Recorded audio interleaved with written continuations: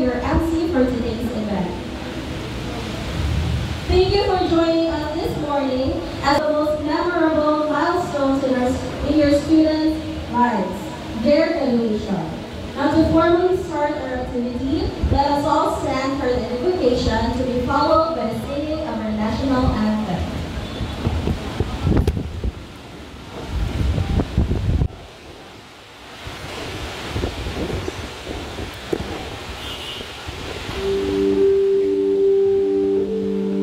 Let us put ourselves in the presence of the Lord.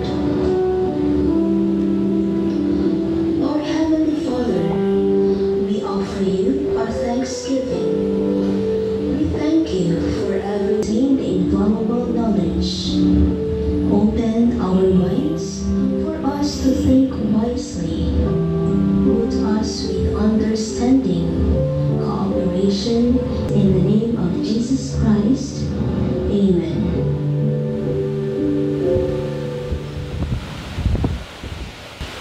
أعوذ بالله من الشيطان الرجيم. بسم الله الرحمن الرحيم.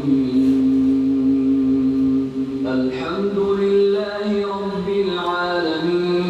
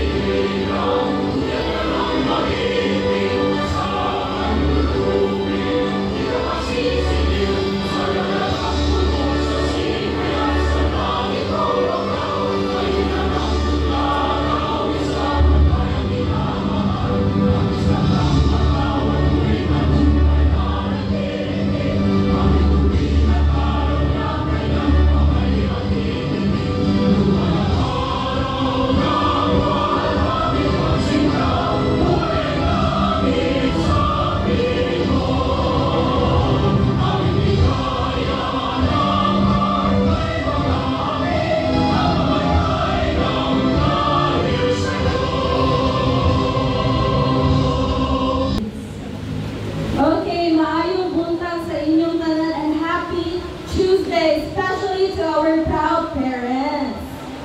Thank you for joining us today as we gather for the orientation for the graduation of our grade 12 students.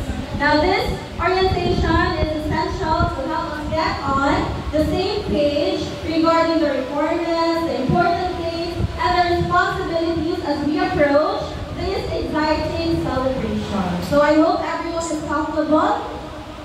Now, to give us a warm welcome and set the tone for today's orientation, let us hear from our school president, Dr. Nieves P. Dizon. A round of applause, everyone.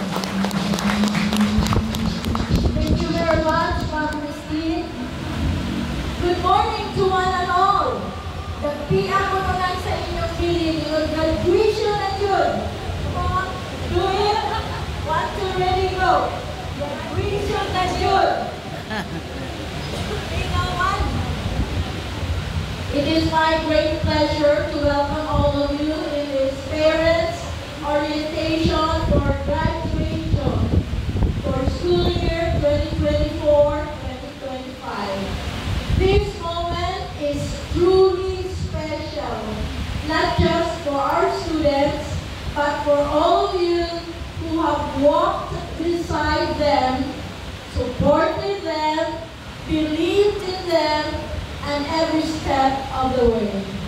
Your son or daughter, or brothers and sisters who are representing them, is entering one of the most important chapters in their lives, in their educational journey. Their final year in this school.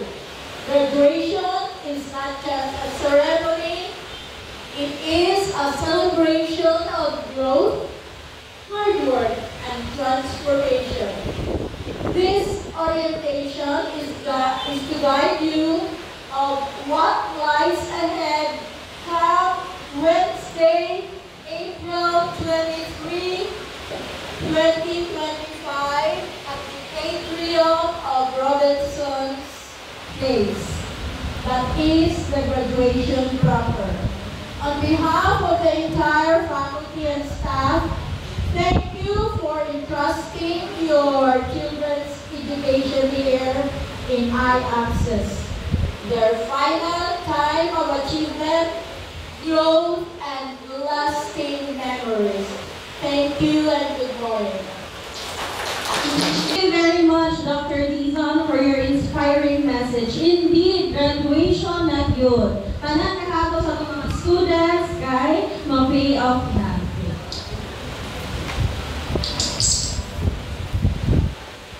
Alright, now let us proceed to the most important detail of today's orientation. To discuss the requirements for graduation, please welcome our school registrar, Ms. May Jane L. Alquiza.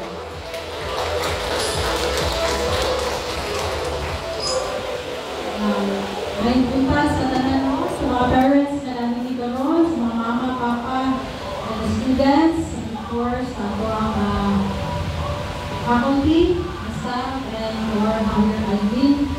So, my task is to discuss about the requirements for graduation. So, as our president said, ang graduation will be on April 23, alas 2 sa hapon, dito sa Robinson's Place, Tubon. Okay? And ang attire, because sa mga boys, ang suoton is long sleeve na polo shirt at shoes. Kanang closed shoes, kada sila ay mag-crocs o mag-sandals sa mga chinelas na lalaki. So, dapat mag-shoes ang mga boys, no? Then, long sleeve, mga polo shirt. Sa inner na sa ihang toga, mga boxer hat. And then, sa girls, ang suoton is dress or Sunday's best and shoes or sandal para sa mga girls. In Department of Education or Directed Orders. So, what are those requirements na dapat ma-comply o makumplito sa bata? Number 1 is the academic requirements. So,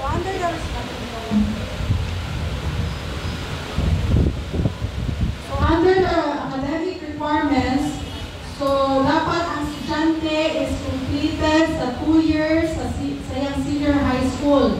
So, dapat completer siya sa grade 11, completer po siya sa grade 12 niya. Okay? And then, specific number of credit hours. So, students need to earn a certain number of credit hours, typically 120. So, by completing the required subjects and electives. So, dapat nakuha niya tanan ang mga subjects sa siyang senior high school, no? Because sa mga required na subjects o sa electives. And under the academic requirements, so students must take courses subjects like English, mathematics, science, and Filipino. And also the track specialization. So students must complete the requirements of their chosen track. Example, the TBL, the UNS, ABM, and GLAS. So for instance, kami mga TBL ng mga students, sa combination, sa HA or home economics, combination na ilang specialized na subjects inana. So, naay katulong, no? Kanang specialized subjects sa HA. Kinahanglan mo undergo ang students, let's say for example, bread and pastry siya sa first semester sa grade 11. Sa second sem is na housekeeping siya. And then, sa grade 12 na niya, kinahanglan, nakuha niya ang cookery in situ, na specialized subject for the whole year sa grade 12. So, dapat naan ang tulong, no? For HA. Or sa other na PBL ng mga students, kinahanglan na anin sila nakahuman silang specialized na subject. So, wala siya, no? And also, the work immersion, no? So, students must complete a work immersion program. So, kami, you have known mga parents, atong last month pa yata, or nasugod na po ang ilang OGT, o lang work immersion. So, na-deploy sila sa mga part-time classes nato, or sa mga business establishments. So, nag-undergo sila 2 weeks na immersion. So, apil po ito siya. So, kinahanglan nakakumpleto ang estudyante o work immersion na 80 hours, no? 80 hours or 10 days na work immersion. And also, the passing grades. So, students must achieve passing grades in all learning areas. So, dapat ang estudyante para makagraduate, walay bagsak na subject. Kaya kung may mga bagsak na subject, hindi siya makagraduate. Kinahanglan, nakapasargit siya sa tanda niyang subject. Mga core subjects, specialized subjects, mga electives. So, dapat napasar sa bata ang ilahang grado. So, mga parents, kabalo na ba mo sa grades sa inyong mga anak? Okay, na may distribution sa sa grades, no? So, I hope ang tanan na magigingkanan na nabihirong na-inform kung sa'y status or standing sa grado sa ilang mga anak. Nakabalo na ba may tanan? Wala ka? Sige, later, no? Ang mga advisors, kung kuhan sa inyo ang mga mabroser, no? Para ma-update po mo.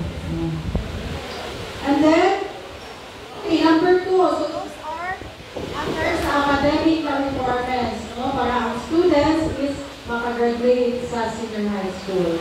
And number 2 is the admission requirements. So, mga school credentials, kato ka lang pag-enroll, wala niya akong pinapakayo yun, no? Kailangan dito ang requirements sa bata. So, number 1, Viviana, is ang PSA, original copy of PSA birth certificate. No? Kailangan lagi PSA birth certificate kahit maupun na ang among ginasabit sa DepEd upon application sa special order nila. No? Ang original copies ng PSA na birth certificate. And number 2 is the Form 138 or ang card, no? Card sa grade 10 nila sa junior high school, and also ang card nila sa grade 11. And then, next is the Form 137A or the permanent record. No? So, dapat naapon niya ang Form 137A. And then, the completer certificate. So, completer certificate. Then, the certificate of good moral character. And then, nagpapakayo po ni o lumakabuong na 2x2 pictures. So, ang mga students, kabalo na sila kabalo na sa aning mga requirements, kaya sige na sila upang clearan. So, I hope na-clear ka na naman estudyante ng graduate. No? Kaya murag, nakapagay grade 12 ng mga students na wala pag yun na-clear. I think, wala pa yun na-clear na nasa ilang clearan. So, dapat ma-clear kita na. And then, AF5 or the Learner's Permanent Record para sa mga ALS, no? ALS Junior High School na computers, dapat naan siya ang AF5 or the Permanent Record. And also the Certificate of Equivalency Rating if any. No? Para lang po din sa mga ALS na computers. So those are the admission requirements na kinahanglan na kumpito dapat, no? Ay makagraduate ng bata. And also for the regular or paying students, kinahanglan po no outstanding balance of account with tuition fee in grade 11 and 12. So those students na napay mga balances, palihog o settle sa cashier para mapirmahan ang clearance. So, ano siya ang mga requirements para makagraduate ang inyong mga anak natin, sir? So, any question regarding sa requirements sa graduation? Dahil mga pangutana, nasabtan nga ba sa tanan, mga bago, sir? Okay na? Okay, wala yung mga questions or clarifications. Yes, ma'am. April 23 ba? Sa alas 2 sa hapon. Sa Robinson. Okay. Ako yung mga wala na. Okay. Sa long sleeve sa boys, o pwede na titigib na white ma'am, nasa mas long sleeve. Pwede na ma'am, nasa kayo long sleeve. Okay na?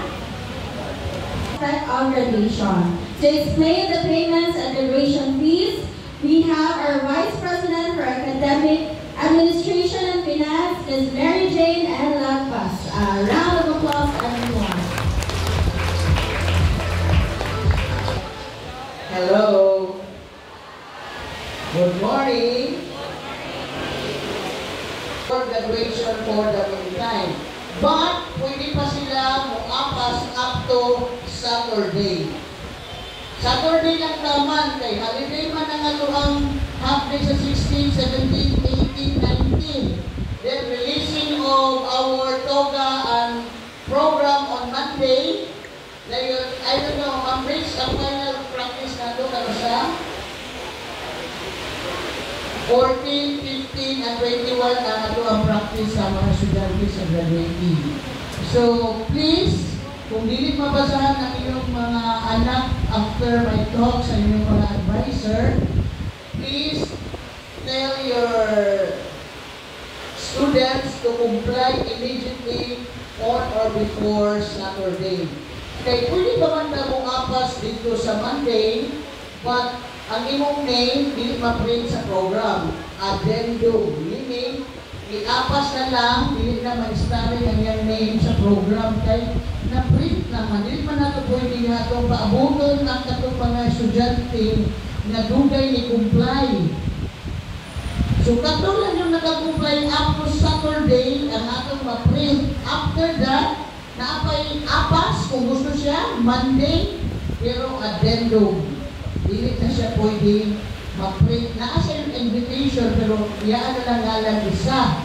Wala na tumukuban, kay iyaan na naman po na tumidugan o print. So, anak. So, is it clear? Klaro ba? Ang atong mga klasa, bayro nun. Any reaction pag akong na-explain? Sige ma'am. Ang bayad, pwede na mo mabayad karon up to Friday. As I said, ang last na to na payment including the requirements na kulang sa inyong mga anak is up to Saturday only.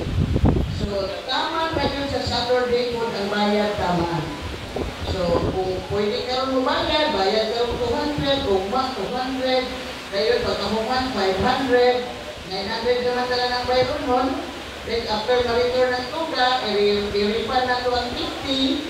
So 850 na ng bayron nun. Klaro? So any question? Sa pala yung mga pagpunta na, bukat ba ang atong bayron nun sa graduation for 2 years? Ay, salamat. Wala siya nabukat. Kami di ay ang nabukatan.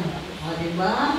But, because that is our advocacy to give you free, libre na lang, kaya ibayaran naman may sa end of 20,000 pesos.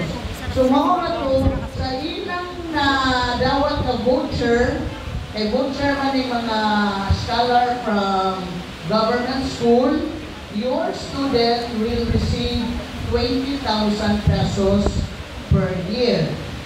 Per year na siya.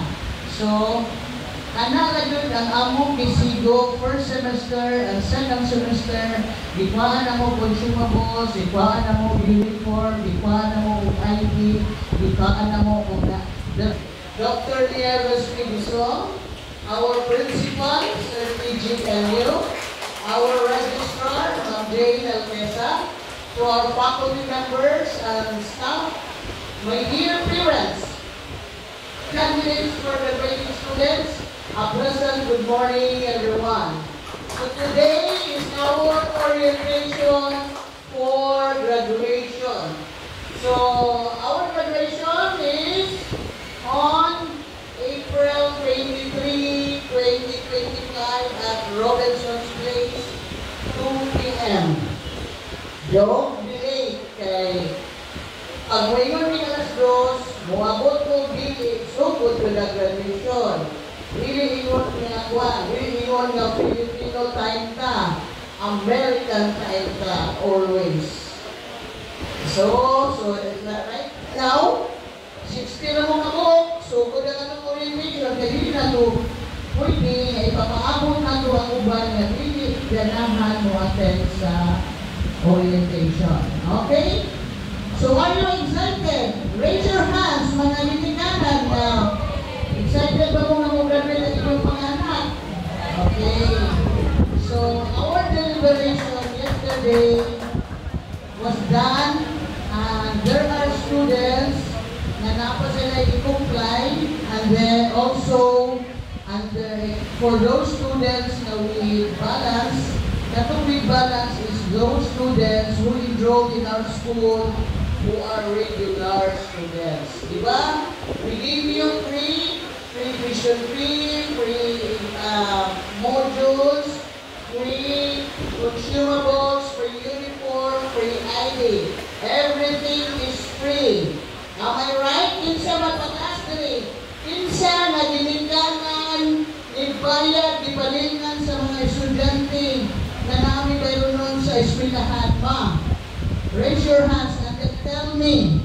Kaya itong pangutano ng estudyante, anong naningil ka na libre man ng eskwelahan namin? Wala ba'y naningil sa inyo, ha, mga anak? Okay, very good. Okay.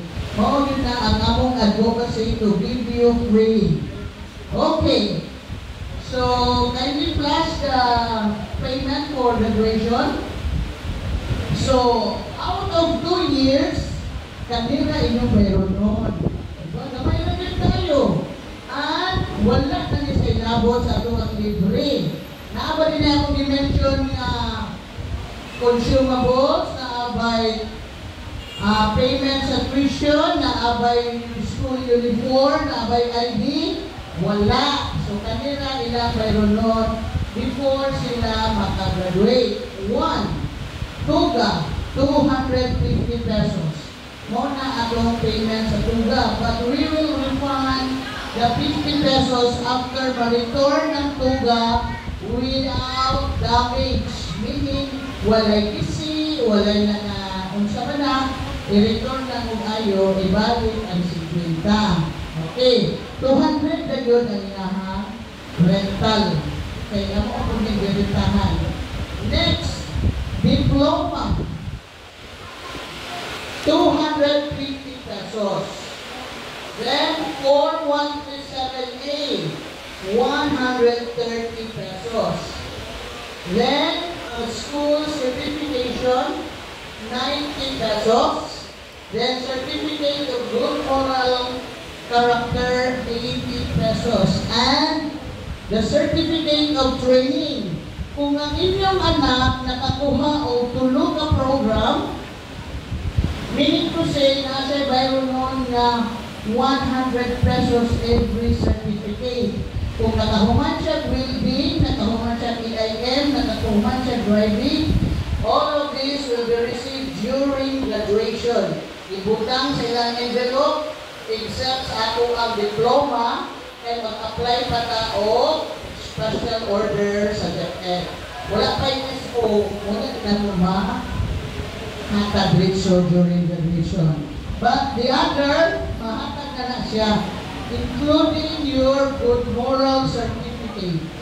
Tanan ihatag na, except sa diploma and also the Form 137A. Kaya we need special order from DepEd and we have to apply first before we issue the diploma. So, any questions sa itong mga bayro nun? Mga Noy, kamu ang na yung mga diri? Ha? O diri, ikot mo diri. Kamo'y malinaw, kaya wala yung mga mama, kamo'y masulti sa inyong mama and papa na mawa niya itong our activities in our school. Diya kami mukuha o sa ilang mga prices. Wala kami top up, wala kami additional payment because we are true to our advocacy. So, inaanak lang yun. Pinabangay ng dita. Okay? So, any more question? Okay. So, thank you very much and God bless us all. And then, ang ilang pasahon lang kay also, sila na po ibang parents. So, ako lang i-reiterate or malik na akong istorya na ang requirements for graduation status is, una, wala sila ibang subjects, and also, mga requirements sa admin o tuition fee, if ever na tuition fee. And good thing, kaya dali sa sila sa access, wala kayo sila bayaran. So, thank you sa initiative sa atong President, Vice President, o sa tanan nga admin sa eskwelahan.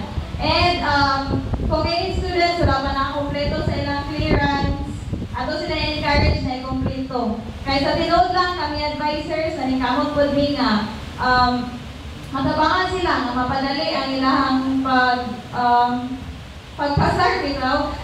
Dili ni mga naging mga estudyante nga maglisod may kabang in terms sa ilahang grado is because either kulang ilang performance or sige sila absent. Kabalo ka mo mga parents na every time namin activity, mo himuon namin prize, bahalag cash prize or mga school supplies na prize para malinaw sila. And girls, ang admin, provide yun sila cash para may pagyo sa mga bata para malinaw yun sila sa activity o may ganyo sila sa eskwela. So, basahan ako ang candidates for graduation sa section Amon. Kaning grade 12 Amon na diri strand na ABM, gas, o UBS. So, sila ni mga academic. Sila po mga students na wala gas skills, like wala sila na electrical, driving, or welding, nasa pala. So, for grade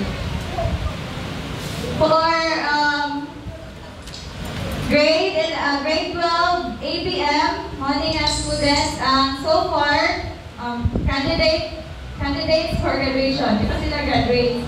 Montejo, Osteque, Daniel Dave, Bas Jessamay, Dagomo Rose Ann, Makabato Janima, Manalaw Naira, Kairos Mariel, Kabusas Mark, Dumado Hamza, Malambot Mujahid, Abubakar Princess Johaika, Panangin Etheljean, Pato Chagas. Now sa iyo, si Awid Joel, Payubay Elmer Jr., Habines Adrian, Maglasang Brian Dave, Maupo Marvin, Yes, Brian Lloyd, Punot Amirudin.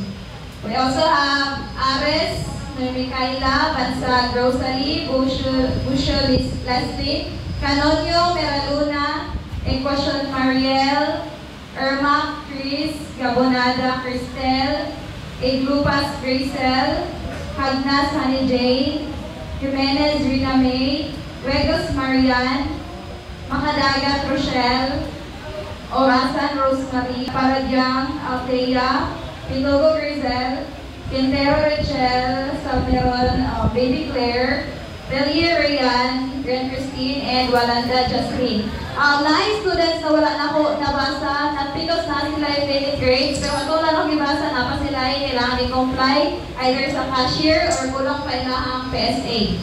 So for grade 12, mga to siya. If gusto mo makabalar pa nga details sa inyo estudyante later, sa parents na itong nabasa, pwede mo doon sa phone niya after sa meeting. Thank you so much.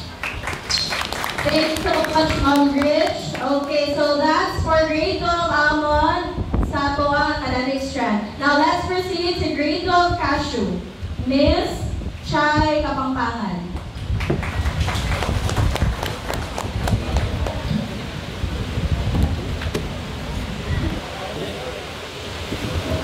So for grade 12 Cashews, now and HE. Abasolo, John Lloyd, Agahan, John Cyrus, Cañete, Ricky Boy, Cadillo, John Paul, Gasabert, John, Libradilla, Cristel, Bingo, Pitilo, Untulan, Mike, Justin, Paglinawan, JR, Balingit, Freya, Catherine, Kababan, Hanagen, Kagubgob, Arajin, Pananuran, Eldridge, and Jared, Lydell, Mary. So that's Okay, thank you so much, Ma'am Chai. So again, that's for grade 12 Cashew. Now let me call on from grade 12 Pistachio, Miss Sherry May Quijano.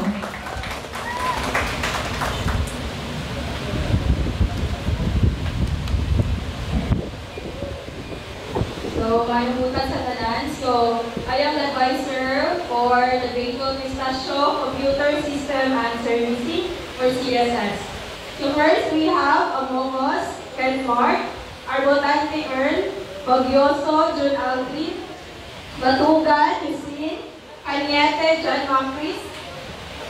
We have also Libona, Kurt, Luzal, Junel, Lagbas, Tristan, Mascardo, Chris G, Mila, Rinil Mark, Clemenzo, Roy Jan, Pitugo Jan Paschal, Raman Ronilo Jr., Niconaria Marvin, Rones Jesse, Saison Godwin, Seno Marvin Joseph, Pinahura Jelvin, and Velos John Paul. For the girls, we have Along Micaela Joyce, Caliete Rezame J, Cruz David, Marilyn Ivy Cassandra, Mereno Cherry, Namatay Angeli, Odak Mitchell May, and Saro Sitinor. So, atong mga wala na basta kay napasalay ikong flight. So, after this one, pwede na mo mag-ask why wala na tawag inyong anak. Thank you. Okay, thank you so much, Miss Quijano. So again, that's for grade 12 Pistachio. Alright, now thank you so much, dear advisors, and congratulations in advance to our candidates. So again, malikon lang na ako, if wala na tawag ang name sa inyong mga anak, you may approach the advisors. You already know their faces.